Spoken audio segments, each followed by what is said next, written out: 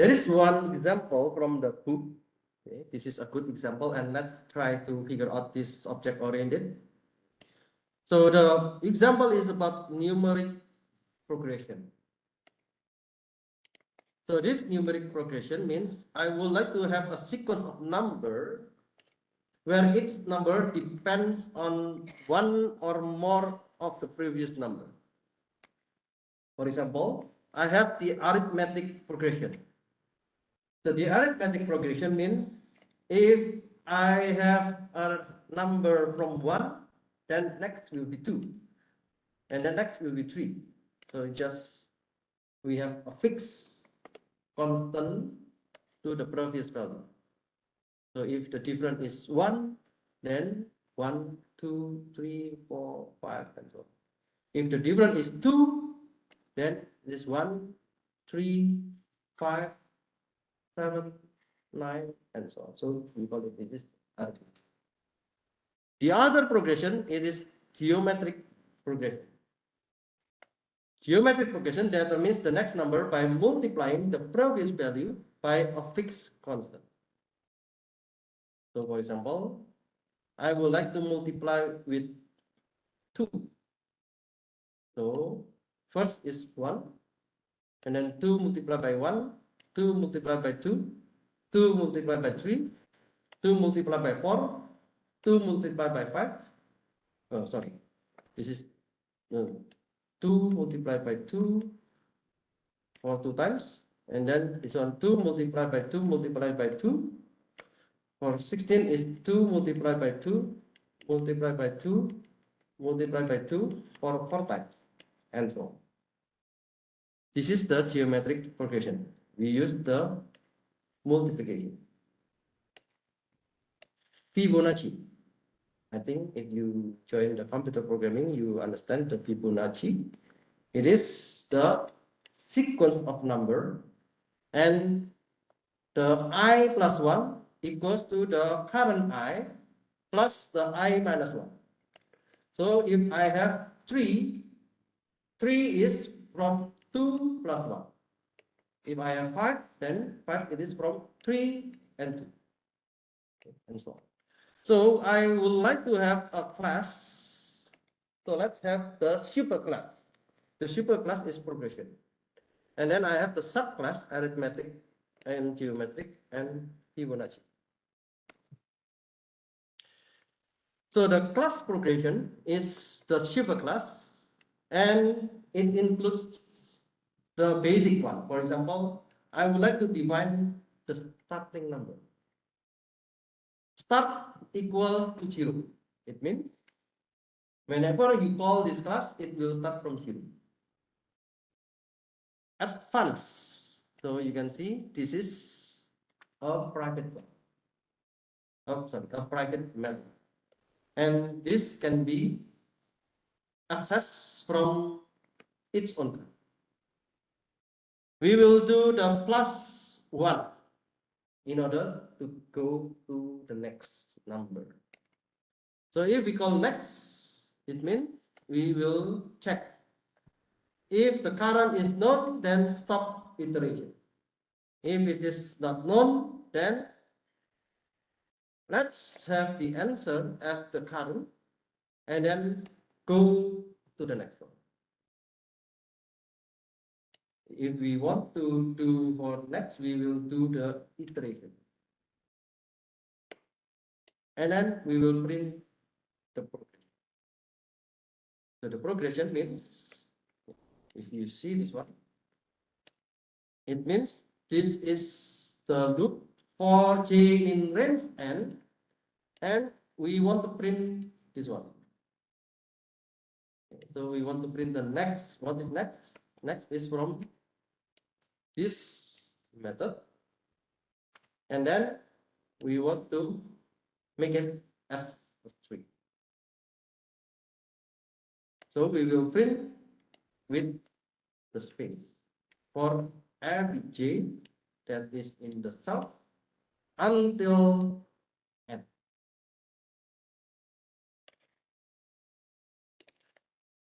So we have the arithmetic progression. You know that the class name in the parenthesis means it is inherit. So it inherits from the progression class. Since it is inherited from the progression class, so when we construct this one, in the constructor we have two parameters. The increment equals to 1 and the start equals to 0. So the starting point is 0. So if it means the default for the increment is 1. And the default for the start is 0. So if you don't specify any numbers, it will be the default value. But if you specify any number, it will be based on your input. We have shipper. What is shipper? We want to call the shipper class. So we call the shipper class based on the start number. So this is the argument. And then we will do the increment. Okay, the increment means this number will be saved into the variable increment. The advance is going to the next value. So if the increment is 1, then the next value will be added by 1. If the increment is 2, then the next value will be added by 2. What about the geometric progression? The geometric progression will have two kinds of parameters. In the arithmetic progression, we have increment, but here we have gains. And we know that for the geometric progression, because it is multiplication, it should start with 1.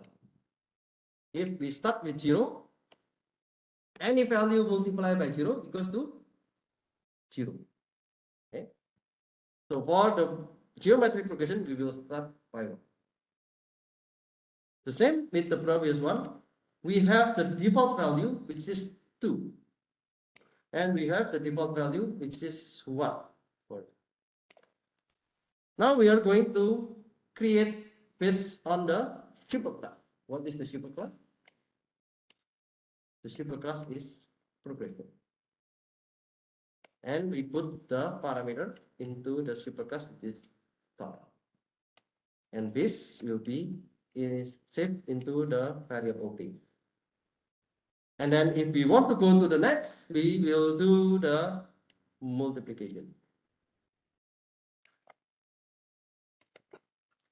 The last one is the Fibonacci. The Fibonacci, we have two parameters. First and second. So as you know, the ni plus 1, it will be the n at the position I plus the n at the position I minus 1. Then I need to define the first and I need to define the second. Okay, so let's say the first is 0 and the second is 1. Then next value is 1. The first will be default as 0 and the second will be default as 1. Now I would like to create based on the progression, which is the shipper class, and the starting number will be the first. So the starting number will be the first. And then the previous is the second number minus by the first. So it is just to make the first previous. So if you want to go to the next, then you will have this formula.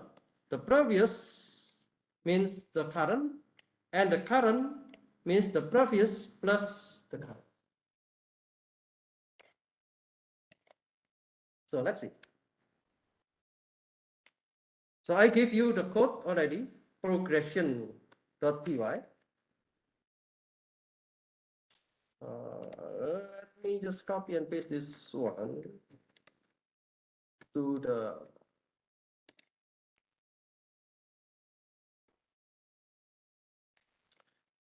Okay, so this is the code progression. We have start equals to 0.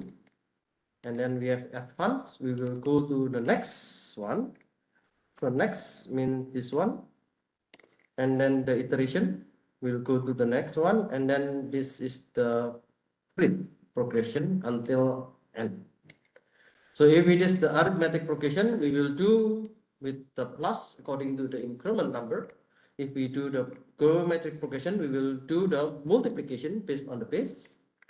And then for the Fibonacci, it depends on the first and the second. Now, I have the min method.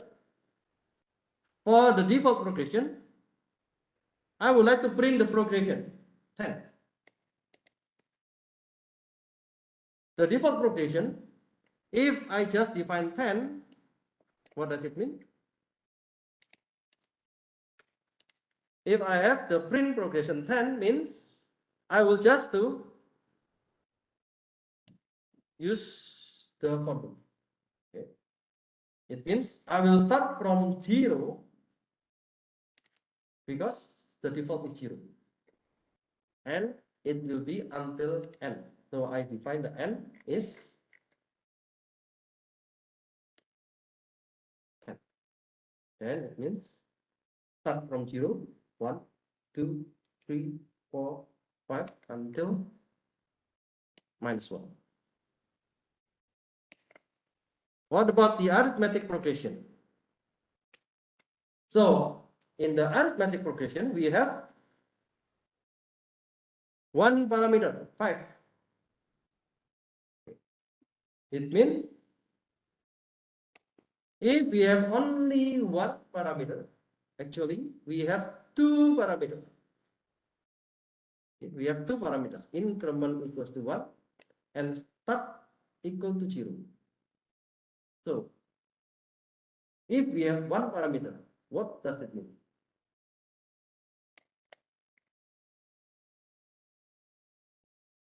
We have only one. If you check this one, it will be counted as the first parameter. The first parameter is increment. Okay. We have increment and start. So if you just specify one number, it will be the first variable. If you specify two numbers, then the first number will be increment and the second number will be the second argument. So for example, if I give 5, then I would like to print for 10 times. It means I will start from 0 and then plus 5, plus 5, plus 5 until 10 times. If I have 5,2, then it is the increment and this is the starting. The starting number is from 2. And then the interval will be every 5. So we have 2, 7, 12, 17, 22, 27, and so on. Then we know that if we don't specify any input, the number will be the default. If you specify the input, then the number will be based on the input. Okay, so you can see here. If I don't specify any number in the arithmetic progression, what does it mean? If I don't specify any number, then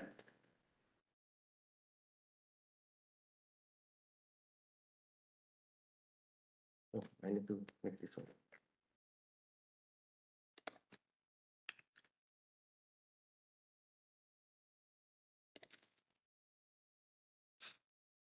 Then it will be for every 1. 0, 1, 2, 3, 4, 5, 6, 7, 8, 9. It means if there is no input, the increment will be 1. How do we know it is 1? Because the parameter by the default it is 1. So if you change this one to 5,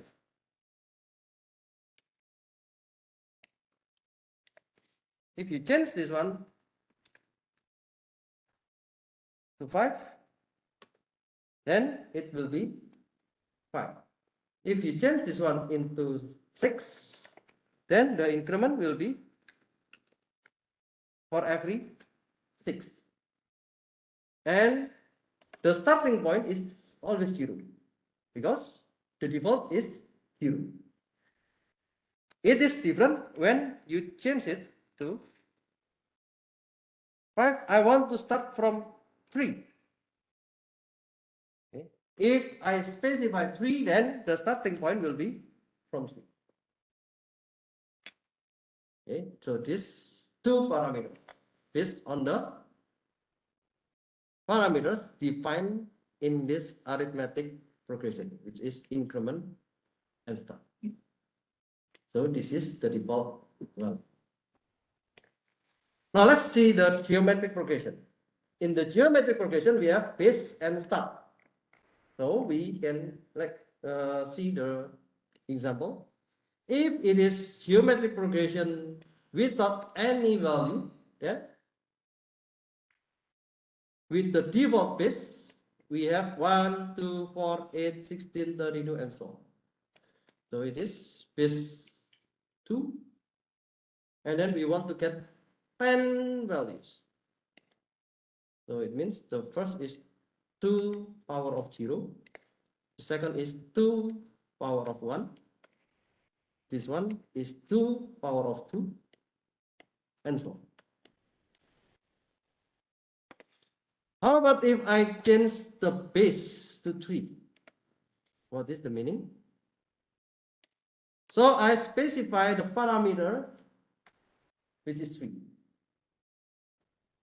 Then it will be every 3. And you can see, okay, this is 3 power of 0 for the first, which is 1. And then 3 power of 1 is 3. And then this is 3 power of 2, 3 power of 3, and so on. So this is the bit. What about Fibonacci? So if there is no value, so the Fibonacci will be the basic Fibonacci, which is 0, 1, 1, 2, 3, 5, 8, 13, 21, and 34. I can specify a different value, which is the first and the second. So I want to start with 4 and 6. Then 4 is the first value, 6 is the second value. And then I can get the next value is 10. And then after that, I can get 16. How can I get 16? It is from 6 plus 10. How can I get 26? It is from 10 until 15. And so on. Okay. Okay, so I hope that you understand the default value like this one. And what is the meaning by default value and how you can change the argument.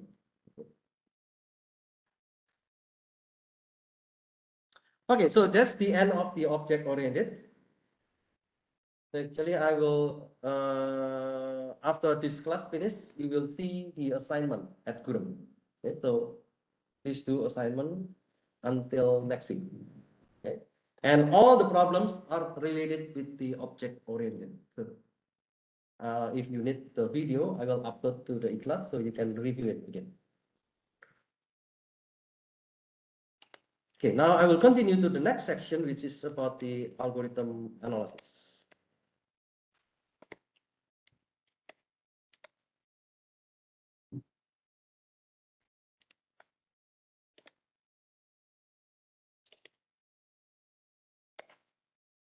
So when we deal with the algorithm, we need to analyze the algorithm. Okay. So there are some concepts that we will learn in this slide. The first is about pseudocode.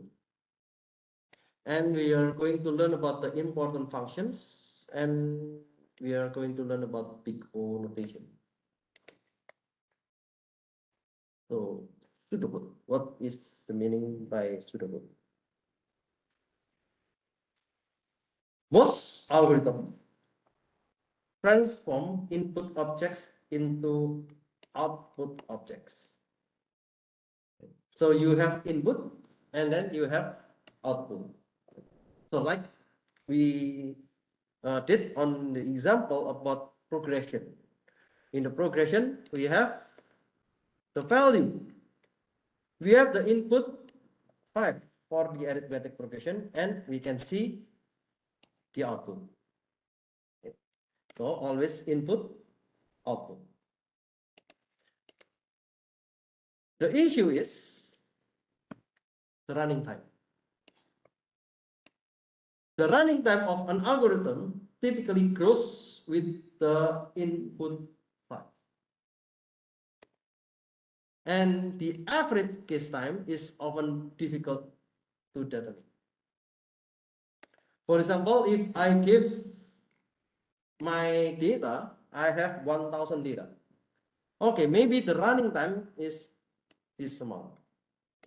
Okay, what is the difference between dark blue, light blue, and red?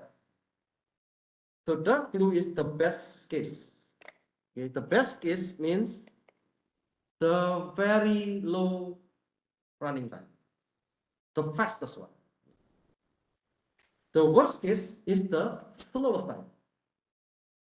And usually we will check the average case.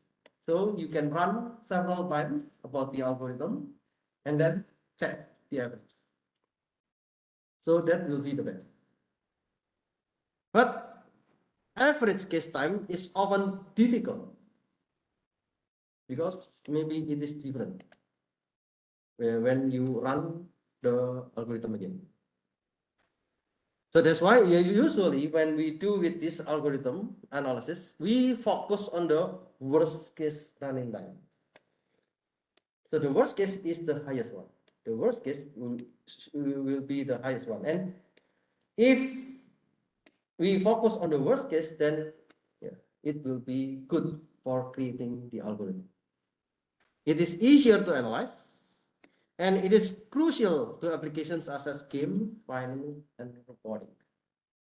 So whenever you have the application like games or finance or robotics, you want to get the result as soon as possible. But you need to know what is the worst case condition. So how can we get this running time? There are two ways to get the running time information. The first, we can do experiment. But when we do experiment, it takes a long time. You need to make the code, you need to run, and then check the time. But we can also do with the theoretical analysis. So we will check how to deal with those two. Experiment. So in your team project, you need to do this experimental study. At the end of this course, at the presentation of your team project, you need to show this time. Okay, so next week I will give you the proposal template, and then you need to start to make your team for the team project. So if you have a program, then you can run the program with inputs of varying size and composition, and you can draw like this. For example, this is your algorithm. What about the other algorithm? Maybe the other algorithm will have longer time, or maybe the other algorithm is small, or the other algorithm is very huge. running time performance.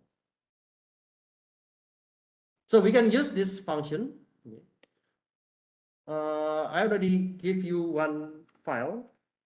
Okay, so I just use that file. In the E-class, I give you the algorithm testing.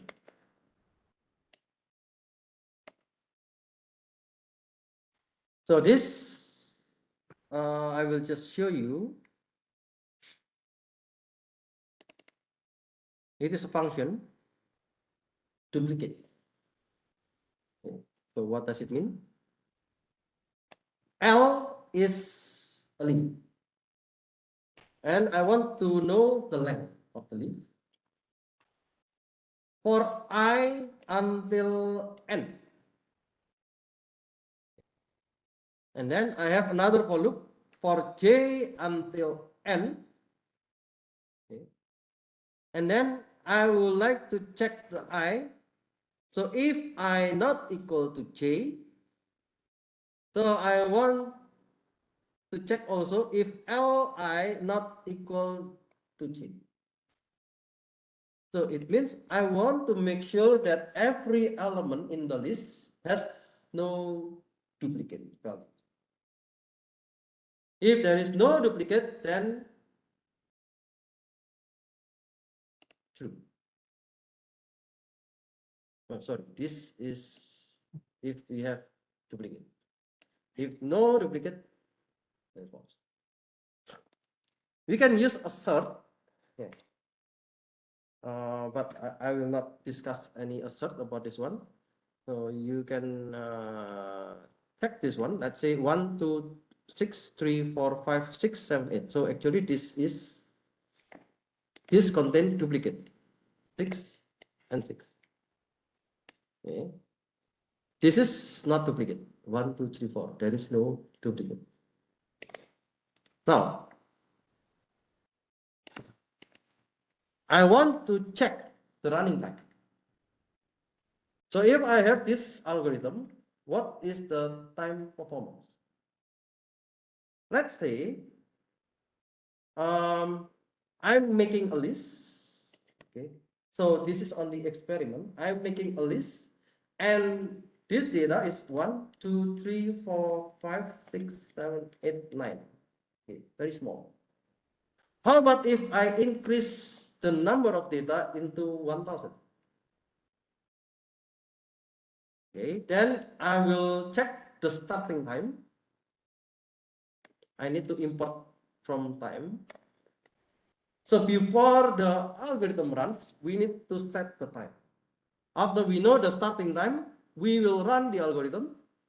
And after we run the algorithm, we need to check the finish time. It means the finish time minus the start, it will be the time taken to run the algorithm. Okay. So this is the starting time and this is the ending time.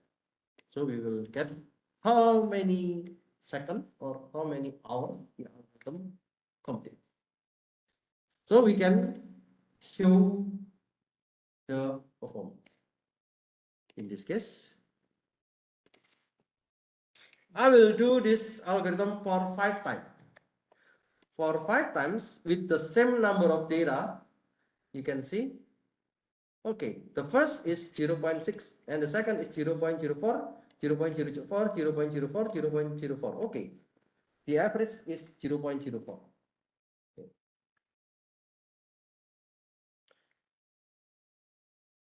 In other kind of cases, we can do by looking at the average. Okay. So in this case, you just get the time, get the time, get the time. In this example, okay, I want to show how if we do 10 times of the trials, and then I will make it the average from the 10 times.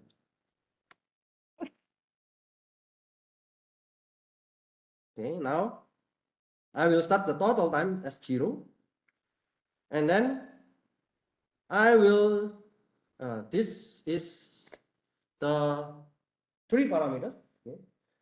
Function. So I would like to call the function and then n, how many data that I would like to consider, and then trials, how many times to run that algorithm. So the loop will be until the trials, which is 10 times, and this is the starting time. And then I would like to call the function. The function will run until the n times, which is the data that we have. And then I would like to check what is the completion time. So the average will be, okay, do you know this one? Percent 10,7.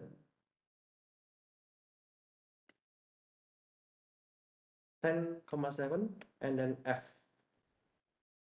It means I will like to put the value after 10 space, and then I would like to only use 7 numbers after the comma. And this number with the percent indicates this result, total times divided by trial. Percent D indicates integer, and then it indicates the n. Okay, then when I get this number, it will be printed here, and when I know this number, it will be printed here. So I will do this one, and then okay, I call the time trials. Time trials is the function here, and then I call the algorithm duplicates one. The algorithm duplicates one is this one. And then I would like to run for every different number of data. For example, the first data is 50, the second data is 100, the third data is 200, next data 400, 800, 1000, and 3000. So I can do this one. Okay, if you see, when the number of data increase, it is slower. Okay, so this one is 0 0.0, 0 0.0, this one 0 0.1, and then this is 0.4 second. When the data increase, the time also increase. And this happen for 10 trials. So for every this one, there are 10 times.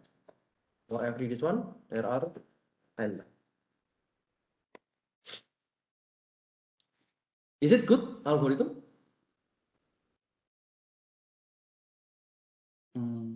When the number of data increase, oh, it shows very big difference. So let's make another algorithm with the same idea. So we want to check the duplicates. So this is another algorithm. So I do not want to check the I and j. So I just directly check if Li equals to Lj, then return true. So I remove one statement. So one statement is this one. I not equal to j, I remove it. So I just use this one. Is it more efficient? So we need to try it. Okay. Then with the same idea, with the time trials, I would like to use the duplicates 2 algorithm. Okay. Oh, that's good.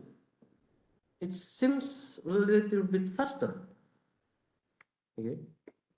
Maybe 50% faster. Now, let's make another algorithm. So this is duplicate 3.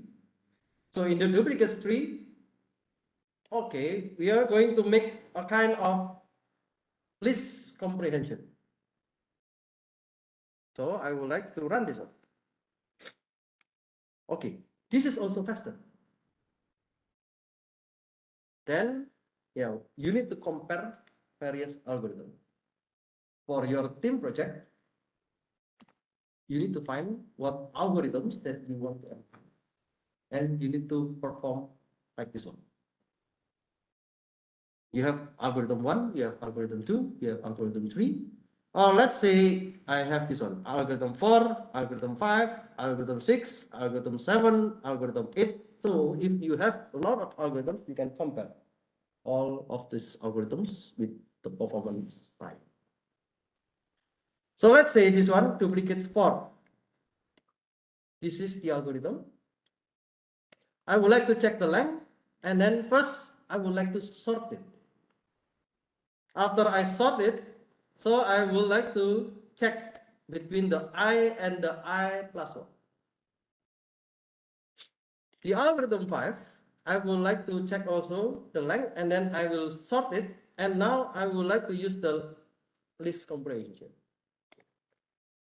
Duplicate 6, so we are going to use that.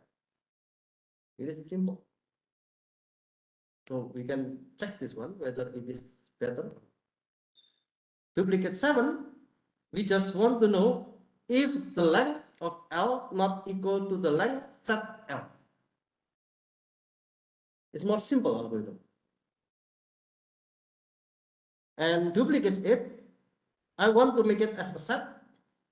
And then for every element in the S, so I would like to make it into a new set. And then I would like to check it. Okay. So there are many ways to solve one problem. Not only one way to solve one problem. Okay. So if I run this, then let's say I want to check the duplicates 3, duplicates 5, and duplicate 7. Which one is better? Okay, I want to check the duplicates 3, the previous one, and then duplicate 5 using the sort, and duplicate 7 using only the length. So you can check this one. If, why is so many?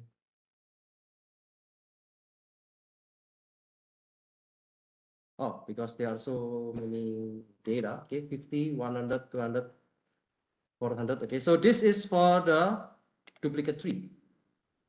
Okay, duplicate 3 is good. Oh, sorry. This is for the duplicate 3. This is for the duplicate 5. And this is for duplicate 7. This seems higher. Okay, this is higher. This is higher. Okay, you can see that the sorting is quite high when the data is high. The quadratic is getting higher and higher, but sets, it keeps 0 when the data is high. So which one is better? Of course, we will choose this one because we can get the same result with the most efficient time performance. Okay. So that's the meaning by the experiment result. Yeah, you can check this one. I also give you this algorithm for you to review. Okay. So when we do with this experimental studies, there is some limitation. It's difficult to implement. So that's why I would like to put this one as your team project. Okay, you can start from now, find the algorithm that you want to analyze, and try to implement. So there's still like 2 months for the implementation. External parameters. So yeah, the results may not be indicative of the running time on other inputs which are not included in the experiment. And also the computer specification. So when you do the team project, when you do the time performance analysis, please make sure that you have the same hardware and you have the same software environment. So if you run with the Jupyter Lab, make sure that you run also in the Jupyter Lab in the different computer. If you use Jupyter Lab and then if you use Spider, the result might be different. And also, if you run in your laptop and if you run in the desktop, it's also different. Okay. So make sure when you do the analysis, you will do the comparison in the same computer. Because you are doing the team project, maybe you will do in different computer. Okay. But I recommend you to do in the same computer. The other way to analyze is using the theoretical analysis. The theoretical analysis means it is just a high-level description. So we want to check the high-level description versus the implementation. And usually we can just make the running time function. It is based on the input size, okay, characterize the running time as a function of the input size, which is n. And the input characteristics, it takes into account all possible inputs. So the algorithm analysis is just the analysis of the algorithm, but it is not software analysis. It means it allows us to evaluate the speed of an algorithm independent of the hardware or software environment. It means when we do with the theoretical analysis, we don't care the hardware, we don't care the computer, but we just do care about the algorithm, how the algorithm will run in computer.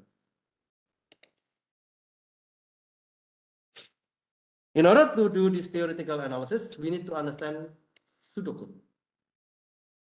What is pseudocode? The pseudocode is a high-level description of an algorithm, and then it is more structured than English prose. English prose means English face. Less detailed than a program, so you don't need to copy and paste your program. And it is preferred notation for describing algorithm. And usually we just hide the program design issues. This is pseudocode. So the pseudocode is just a kind of language to represent what is the syntax that you use in your programming. For example, if you use if then, yeah, you can use if then else like this one. If you use while, you can use while too. If you use repeat until, or if you use for loop, you can do that this one. And sometimes we need to define the indentation, or sometimes you want to put the braces, that's also fine. And for the method declaration, we need to define the algorithm name. It means this is the method. And then you need to specify how many arguments do you have. And then you need to mention the input and what is the output. A method means, yeah, the name of your algorithm. And if it has written value, then it has the written expression. We have the assignment, we have the equality testing, and maybe sometimes with the mathematical formulation. So this is one pseudocode example. I want to measure the grade, and I want to make it as a letter. So if the score is higher than 90, grade A. If the score is higher than 80 but lower than 90, is B. Otherwise, it's C. So you can make a pseudocode like this one. And as long as other people understand, then you can use this one to explain that you are going to make this in your Python or in any environment. Okay. Okay, some important function I will discuss this on Monday. Okay? Thank Thank you very much for attending the course. Please don't forget about your assignment, and the due is next week. Thank you, and sudah sudah.